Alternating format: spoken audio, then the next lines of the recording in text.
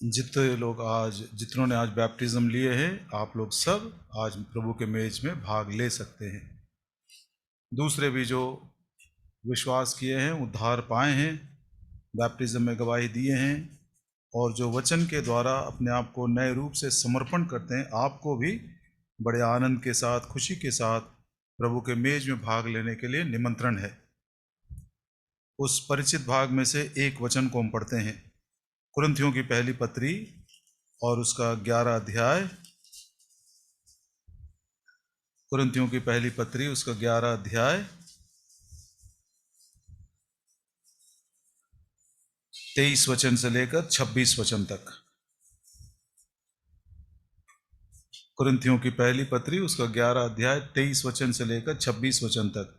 क्योंकि यह बात मुझे प्रभु से पहुंची और मैंने तुम्हें भी पहुंचा दी कि प्रभु यीशु जिस रात वह पकड़वाया गया, उसने रोटी ली और धन्यवाद करके कहा, इसमें से खाओ, यह मेरी देह है जो तुम्हारे लिए तोड़ा गया है, मेरे स्मरण के लिए यही किया करो।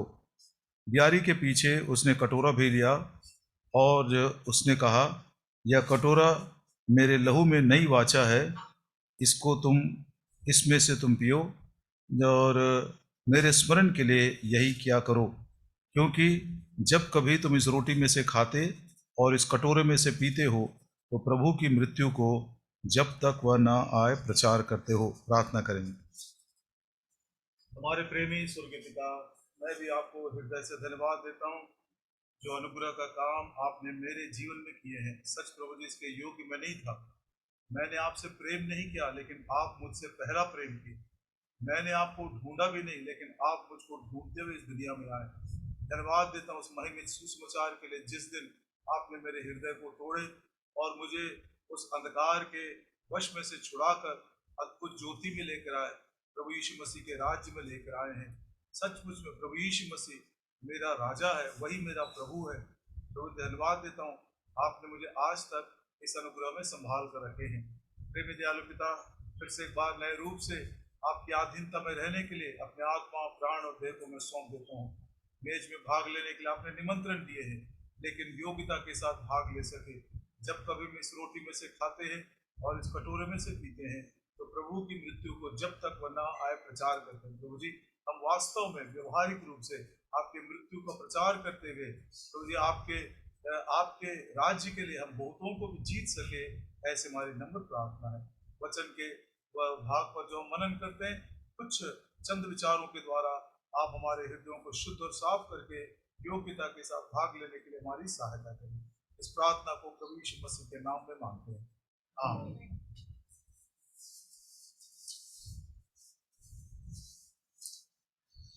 जब कभी तुम इस रोटी में से खाते और इस कटोरे में से पीते हो, तो प्रभु की मृत्यु को जब तक वह ना आए प्रचार करते हो। मतलब बाकी मसीह का जीवन, अब क्रिश्चियन लाइफ, हमारे जीवन के द्वारा प्रभु यीशु मसीह की मृत्यु को प्रकट करना चाहिए।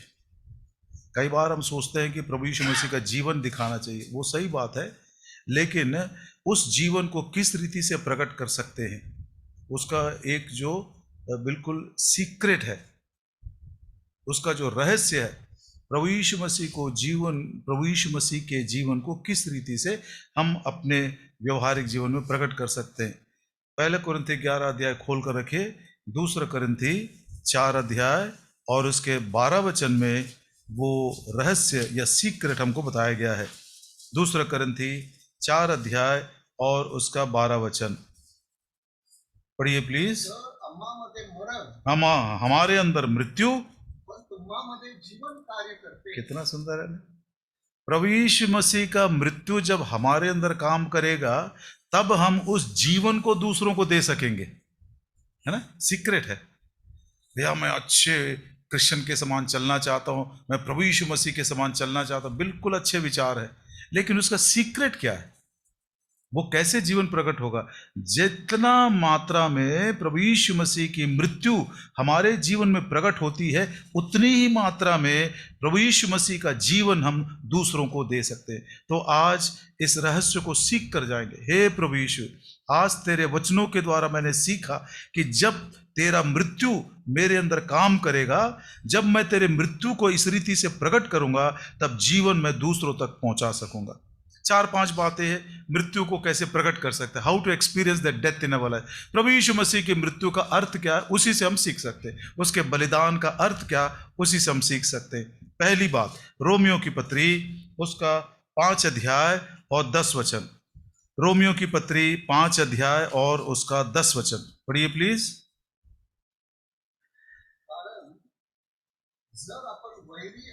जब हम उसके शत्रु थे, परमेश्वर के पुत्र प्रभु यीशु मसीह की मृत्यु के द्वारा हमारा मेल मिलाप हुआ। मतलब प्रभु यीशु मसीह के मृत्यु का मतलब है परमेश्वर के साथ मेल मिलाप। और यदि इस मेल मिलाप की सेवा को हम पूरा करते हैं तो हम प्रभु यीशु मसीह के जीवन को प्रकट करते हैं। जब हम शत्रु थे तो परमेश्वर ने प्रभु यीशु मसीह के द्वारा हमारा मेल मिलाप किया। एक और बात इसी रोमियो की पत्री उसके 5 अध्याय में पढ़ते हैं। रोमियो की पत्री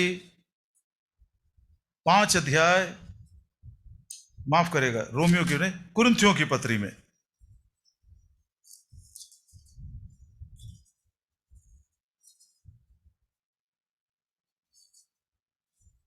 दूसरा कुरिन्थी उसका 5 अध्याय,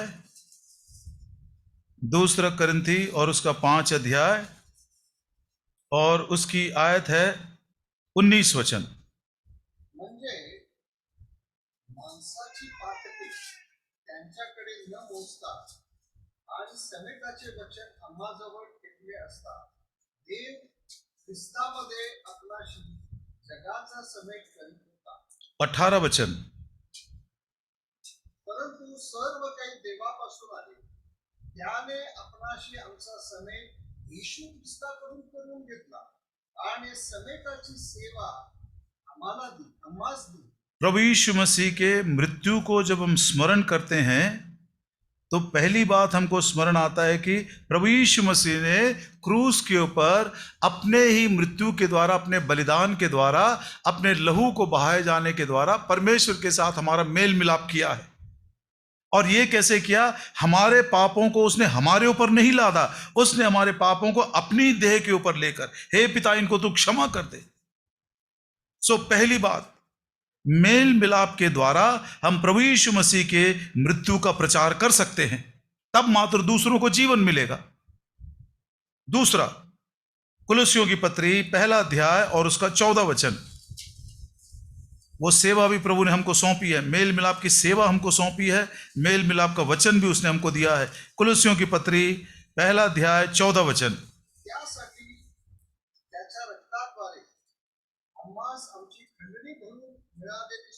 हाँ,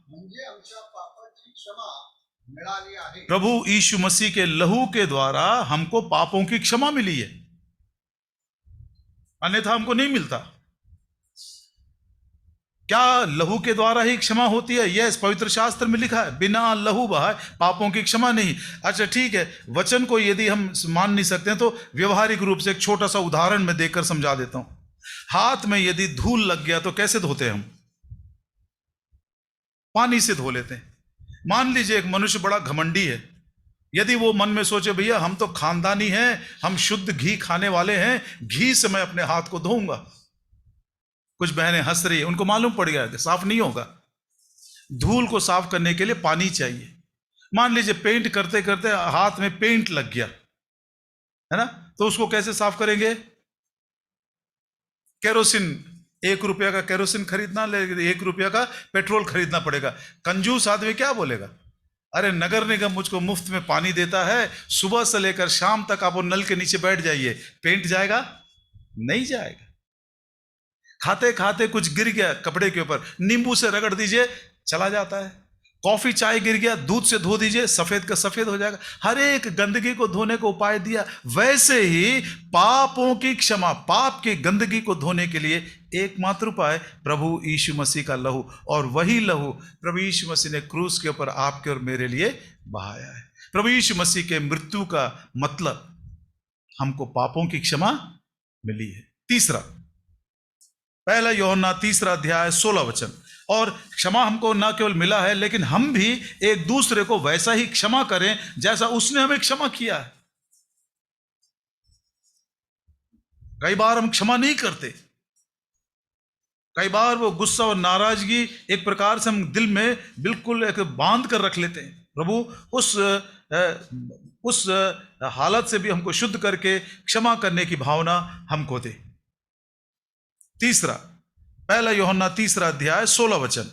आपला करिता हम्म त्याने आपला जीव अर्पण केला, हम्म यावरून आपल्याला प्रभूचे ज्ञान झाले आहे हाँ, आणि आपण भावाकरिता आपला जीव अर्पण करावा हे योग्य आहे. प्रेम हमने तब समझा, परमेश्वर के प्रेम को हमने तब समझा जब प्रभु यीशु मसीह को क्रूस के ऊपर प्राण बलिदान देते हुए देखा। दुनिया का कोई सा भी ज्ञानी नहीं है जो परमेश्वर के प्रेम का बखान कर सके यदि उसने प्रभु यीशु मसीह को नहीं देखा। इसीलिए दुनिया ने प्रेम को इतना ज्यादा तोड़ मड़ोड़ कर बिल्कुल उसको भ्रष्ट कर दिया, उसके विचार तक को उसने बिल्कुल दफना दिया है। हमने परमेश्वर के प्रेम को तब समझा जब प्रभु यीशु मसीह को क्रूस के ऊपर बलिदान होते हुए हमने देखा। मतलब प्रभु यीशु मसीह की जो मृत्यु है उसके द्वारा हमको प्रेम समझ में आता है। और अवश्य है उस प्रेम को यदि हमने पाया है, उसी प्रेम का प्रचार करते हुए एक दूसरे के साथ वही प्रेम को बांटते हुए उसी प्रेम के कारण एक दूसरे के लिए बलिदान करते हुए हम आगे बढ़ सके। एक चौथी बात, इब्रानियों की पत्री उसका 10 अध्याय 6 और 7। इब्रानियों की पत्री 10 अध्याय 6 और 7। होम अर्पणाने हाँ पापाबद्दलच्या अर्पणाने हाँ, तुला संतोष झाला नाही. प्रभु यीशु मसीह जब इस दुनिया में आए थे वो कहते हैं, हे परमेश्वर यहोवा, होम बलियों से, पाप बलियों से तुझको कोई भी प्रसन्नता नहीं है। तो फिर प्रभु यीशु मसीह को पिता ने क्यों भेजा इस दुनिया में? तेव्हा मी म्हणालो, तब मैंने कहा, शास्त्राच्या पुस्तकात हाँ माझ्याविषयी लिहिले आहे, हाँ हे देवा, हाँ, पहा मी तुझी इच्छा पूर्ण करायला आलो आहे. प्रभु यीशु मसीह के मृत्यु को इस रीति हम समझ सकते हैं कि उसने पिता की इच्छा को पूरा किया। पिता की प्रसन्नता इसी में थी कि प्रभु यीशु मसीह ने मेरी इच्छा को उसने पूरा किया है। तो प्रभु यीशु मसीह के मृत्यु का प्रचार कैसे करेंगे? सबसे पहले मेल मिलाप की सेवकाई के द्वारा। प्रभु यीशु मसीह के मृत्यु का प्रचार हम कैसे करेंगे? एक दूसरे को क्षमा करने के द्वारा। तीसरा, प्रभु यीशु मसीह के मृत्यु का प्रचार हम कैसे करेंगे? एक दूसरे से प्रेम करने के द्वारा। और चौथा, मृत्यु का प्रचार हम तब कर सकेंगे जब हम प्रभु की इच्छा को पूरा करते हैं, हर छोटी बड़ी बात में। और जो प्रभु की इच्छा को पूरा करेगा वही सदा सर्वदा टिका रहेगा। अपनी इच्छा को पूरा करके हम थोड़ी देर के लिए सफल हो भी सकते हैं, यह संभव है, लेकिन वो तत्काल नाश हो जाएगा। लेकिन जो परमेश्वर की इच्छा पूरी करता है वो सदा काल तक बना रहेगा। आइए वो 2 वचनों को पढ़ लेते हैं। दानियल की किताब उसका 8 अध्याय और 4 वचन। दानियल की किताब 8 अध्याय और उसका 4 वचन। दानियल 8 और उसका 4। मी मेंढ्याला हाँ पश्चिमेकडे व उत्तरेकडे हाँ व दक्षिणेकडे टक्कर मारताना पाहिले, हाँ आणि कोणत्याही पशूंना हाँ त्याच्या समोर उभे राहावेला हाँ आणि त्याच्या हातातून सोडायला कोणीही नव्हता. हाँ आणि तो आपल्या मनोदयाप्रमाणे करीत गेला हाँ, व त्याने आपणास मोठे केले. अपने मन के अनुसार वो करता चला गया, उसको रोकने वाला कोई नहीं था, और वो थोड़ी देर के लिए बड़ा हो भी गया, थोड़े समय के लिए उसको सफलता मिल भी गई। लेकिन दानियल जब इसको देख रहा था दर्शन में, हैरान होकर जब सोचने लगा तो उसका अंत कैसा हुआ देखिए। 7 वचन। आणि मी त्याला मेंढ्याच्या जवळ जवळ येताना पाहिले, आणि तो त्याच्यावर फार रागावला होता, आणि त्याने मेंढ्याला मारले आणि त्याचे 2 शिंगे मोडली आणि त्याच्या समोर उभे राहिला. मेंढ्याच्या अंगी काही शक्ती नव्हती, मग त्याने त्याला भूमीवर फाडले व उडवून टाकले, आणि त्याच्या हातातून मेंढ्याला सोडवायला समर्थ असा कोणी नव्हता. हर बार इसको याद करिएगा, अपने मन के अनुसार करते हुए भी हम थोड़ी सफलता पा सकते हैं, लेकिन धोखा नहीं खाना है, क्योंकि उसका अंत कितना भयानक है। 7 वचन में हमने पढ़ा, लेकिन कभी कभी प्रभु की इच्छा हमको कठिन भी लगे, जो परमेश्वर की इच्छा पूरी करता है वही व्यक्ति सदा काल तक टिका रहेगा। पहला यूहन्ना 2 अध्याय और उसका 17 वचन। पहला यूहन्ना 2 अध्याय और उसका 17 वचन। जग व त्याची हाव नाहीशी होत आहे, परंतु जो देवाच्या इच्छेप्रमाणे करतो हाँ, तो सर्व काळ राहतो. कितना सुंदर है प्रिय। जो परमेश्वर की इच्छा पूरी करता है सदा सर्वदा तक वो टिका रहेगा। प्रभु यीशु मसीह के मृत्यु का एक और सद्गुण हम कैसे पहचान सकते हैं? फिलिपियों की पत्री 2 अध्याय और उसका 8 वचन। फिलिपियों की पत्री 2 अध्याय 8 वचन। यह प्रभु यीशु मसीह का मन है, यह उसका हृदय है, यह उसकी मनोवृत्ति है। फिलिपियों की पत्री 2 अध्याय 8 वचन। आणि माणसासारख्या आकाराने प्रगट होऊन हाँ त्याने मरण हाँ स्तंभावरचे देखील मरण सोसावे, हाँ। हे परत अज्ञानतेतून आपल्याला नम्र केले. पिछले कुछ महीनों से यह बात मेरे मन के अंदर लगातार रात और दिन गूंजता जा रहा है। प्रभु यीशु मसीह यहां तक आज्ञाकार हो गए कि उसने क्रूस की मृत्यु को भी सह लिया।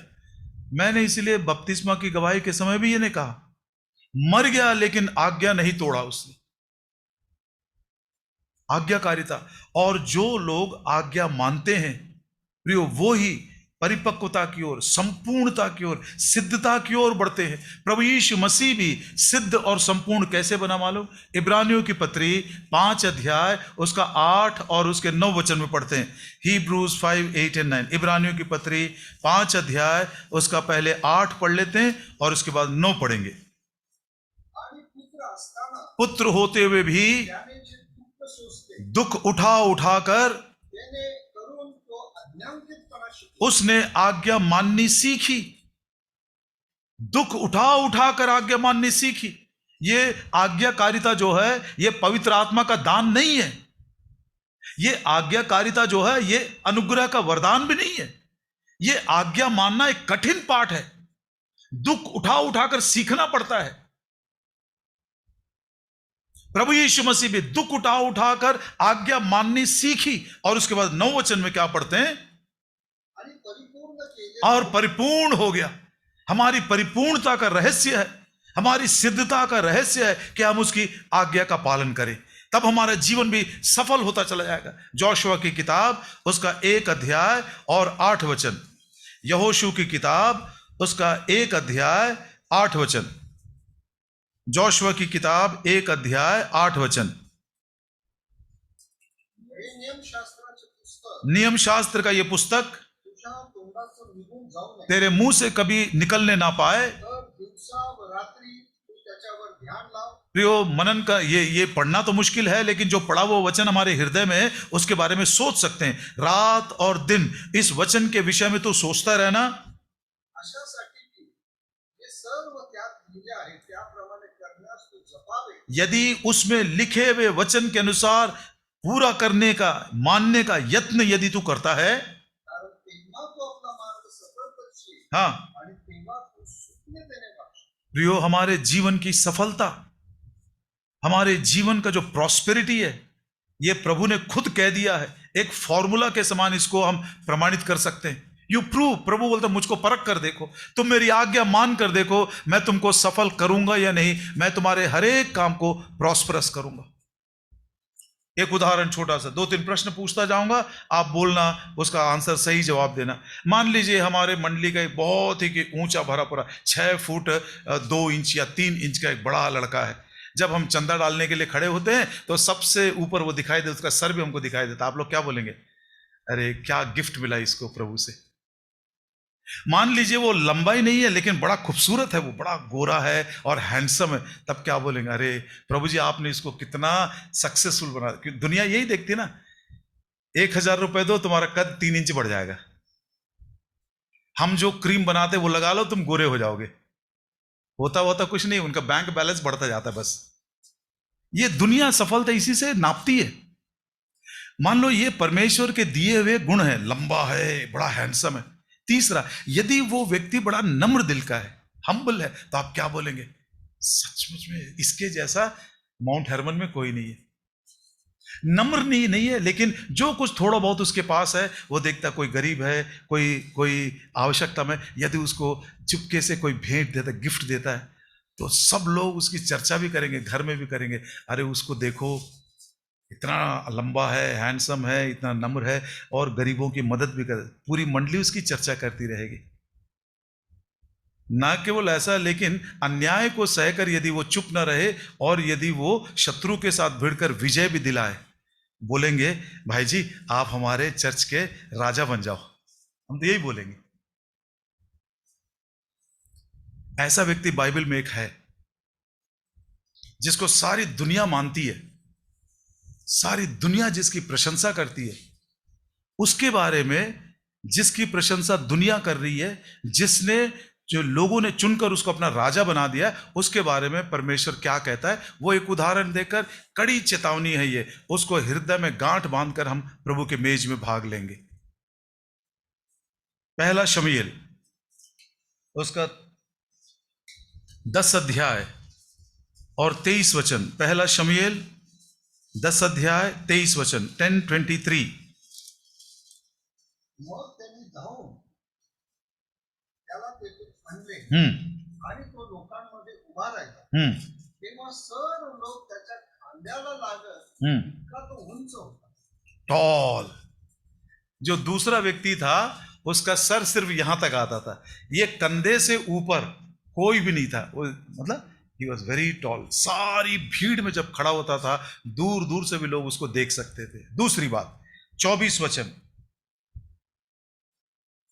तेव्हा शमूएल सर्व लोकांना म्हणाला, ज्याला यहोवाने निवडले आहे त्याला तुम्ही पाहता की सर्व लोकांमध्ये याच्यासारखा कोणी नाही, इसके जैसा खूबसूरत, इसके जैसा होना कोई भी पूरे इस्राएल में कोई नहीं है। देखो इसको, he was very tall, he was very handsome, बड़ा खूबसूरत था वो।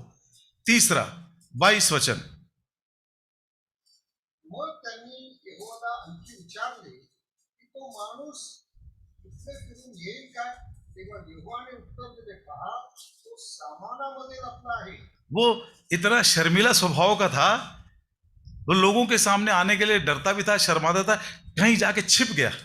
सबको अच्छा लगता है ये स्वभाव, यदि कोई ऐसा सीना तान के ऐसा चलने लगे कोई पसंद नहीं करता, लेकिन यदि व्यक्ति थोड़ा नम्र दिल का है, थोड़ा शर्मिला है, थोड़ा डरता होगा, तो लोग सब उसको पसंद करेंगे। इतना ऊंचा, इतना हैंडसम, लेकिन छिपा हुआ है। चौथी बात, दूसरा शमूएल 11 अध्याय 24 वचन, तेव्हा भूतारांनी उंटावरून आपला, माफ करिएगा, माफ, मैंने गलत बोला। दूसरा शमूएल का पहला अध्याय, माफ करिएगा, पहला अध्याय, दूसरा शमूएल का पहला अध्याय 24 वचन। इस्रायलाच्या कन्यांना शाऊला करता रडा, तो किल्लीची वस्त्रे वस्त्रे तुम्हा डोलाने नेसवीत असेल, तो तुमच्या पोशाखांवर सोन्याचे अलंकार घालीत असेल। कितना दिलदार आदमी है वो, हाउ जेनरस इज। अरे भैया, जीत कर आने से एक सोना का सिक्का ऐसा दे दो उसको, बात अलग है, तुम्हारे कपड़ों के ऊपर उसने सोना मढ़कर डाला है। कितना बलिदान उसने किया, स्त्रियों के लिए, निर्बलों के लिए, हाँ, कमजोर लोगों के लिए, गरीबों के लिए। हे, जब इस शाऊल गुजर गया, शाऊल जब मर गया, तो दाऊद उसको याद करता हुआ, उसकी श्रद्धांजलि पेश करता हुआ कहता है, हे इस्राएल की कन्याओं, तुम विलाप करो, तुम रो, तुमको कितना उसने सजाया संवारा है, तुम्हारे कपड़ों को उसने सोने से मढ़कर तुमको शोभायमान बनाया है। ऊंचा है, बड़ा खूबसूरत है, नम्र दिल का आदमी है, बड़ा दिलदार है वो। चौथा, पांचवा, पहला शमूएल 11 अध्याय और उसका 11 वचन, पहला शमूएल 11 अध्याय 11 वचन। मग सकाळी असे झाले की हाँ शाऊलाने लोकांच्या 3 टोळ्या केल्या, हाँ, आणि त्याने पहाटेच्या प्रहरी तळ्याच्या मध्ये येऊन दिवस तापेपर्यंत अमोन्यांना मारले, आणि असे झाले की जे निघलेले त्यातले 2 देखील एका ठिकाणी मिळाले नाही, अशी त्यांची दानादान झाली. शूरवीर है वो। शत्रु का उसने इस रीति से सामना किया कि जितनों को मार सका मार तो दिया, लेकिन जो बचे हुए थे उनको इस रीति से बिखेर दिया कि दो लोग एक साथ खड़े नहीं थे। अब एक व्यक्ति कर भी क्या सकता है? इतने सारे सद्गुणों को देखने के बाद शायद हमारे मन के अंदर ऐसा विचार होगा, शाऊल कितना सुंदर है, एक पत्नी का पति है वो। He was the husband of only one woman. कभी किसी की हत्या नहीं किया, हत्यारा नहीं है वो। ऐसे व्यक्ति के बारे में परमेश्वर क्या बोलता है? देखिए, पहला शमूएल 13 अध्याय और उसका 13 और 14। 1 Samuel chapter 13 and 14, 13 और 14। आणि शमूएल शाऊलाला म्हणाला, हम्म तू मूर्खपण केली. हम्म यहोवा तुझा देव याने जी आज्ञा तुला आज्ञापिली हम्म ती तू मानली नाही. हम्म मानली असती तर आता यहोवाने इस्रायलावर तुझे राज्य निरंतर स्थापले असते. क्या बोला परमेश्वर ने? सॉल, यू आर अ फूल। दुनिया प्रशंसा करके उसको राजा अभिषेक किए, लेकिन परमेश्वर कहता है, हे शाऊल, तू एक मूर्ख आदमी है, तूने परमेश्वर की आज्ञा को नहीं माना। 14 वचन। परंतु आता तुझे राज्य चालू राहणार नाही. यहोवाने आपल्या मनासारखा मनुष्य शोधून त्याला आपल्या मृतांचा अधिपती होण्यास नेमले आहे. यहोवाने जे तुला आज्ञापिले ते तू पाळले नाही. फिर कहता है, तूने मेरी आज्ञा को नहीं माना, यू हैव डिसोबेड मी, और इसलिए तू मूर्ख है। चाहे संसार की दृष्टि से, प्रिय जवान बच्चों, चाहे हमारी पढ़ाई हो, चाहे हमारी लिखाई हो, चाहे हमारा ऊपर का दिखावा हो, पहरावा हो, कुछ भी हो, कितने भी सफल हम अपने आप को समझे, दुनिया कितनी भी हमारी प्रशंसा करे, हम अपने विषय में कितने ही संतुष्ट क्यों न रहे, लेकिन परमेश्वर की दृष्टि में वही व्यक्ति को मान्यता है जो उसकी आज्ञा का पालन करता है। अन्यथा प्रभु बोलेगा, you are a fool Paul, you have not obeyed my voice. यही पहला शमूएल का 15 अध्याय और उसका 23 वचन। कारण अवज्ञा जादूगिरीच्या पापासारखी आहे आणि हट्ट हा मूर्ती पूजा मूर्ती करणे याच्यासारखा आहे. यहोवाचे वचन धिक्कारले, यामध्ये राज्य करण्याविषयी त्याने तुला धिक्कारले आहे. 3 बार परमेश्वर ने हो, तूने मेरे वचन आज्ञा को नहीं माना, तूने मेरे आज्ञा को नहीं माना, तूने मेरे वचन को इनकार किया है। इसका प्रतिफल क्या है मालूम? उसको राजा होने से हटा दिया गया, उसके राज्य को उससे छीन लिया गया। ये बात बोलकर मैं अंत कर देना चाहता हूं। चेलों के साथ आखिरी रात जब प्रभु यीशु मसीह बैठे थे, प्रभु यीशु मसीह ने उनसे एक बात कहा, मेरे सारी परीक्षाओं में तुम मेरे संग संग बने रहे, इसलिए जो राज्य मेरे पिता ने मुझको नियुक्त करके दिया है वो राज्य मैं तुमको नियुक्त करके देता हूं।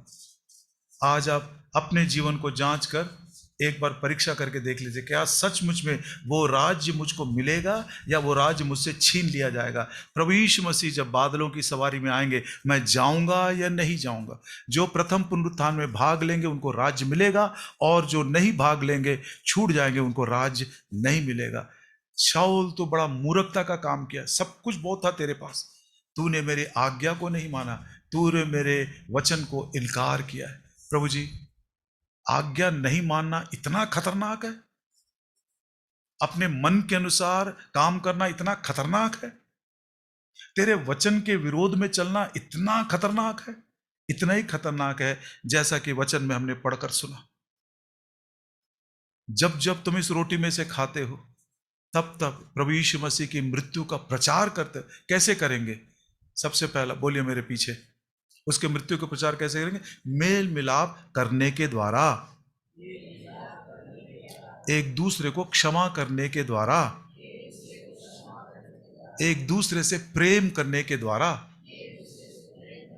प्रभु की इच्छा को पूरी करने के द्वारा।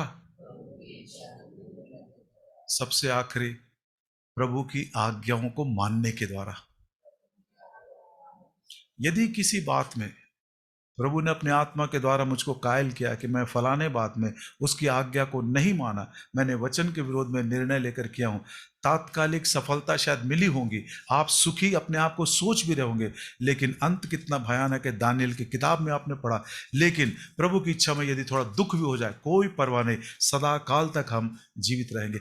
इस रीति से यदि ये मृत्यु हमारे अंदर काम करेगी तो आप यकीन मानिए हमारे घर वालों के लिए, पड़ोसियों के लिए, कलीसिया में जो लोग आते उनको हम जीवन बांट सकते हैं। प्रभु समर्पण के साथ, योग्यता के साथ मेज में भाग लेने की सहायता करें।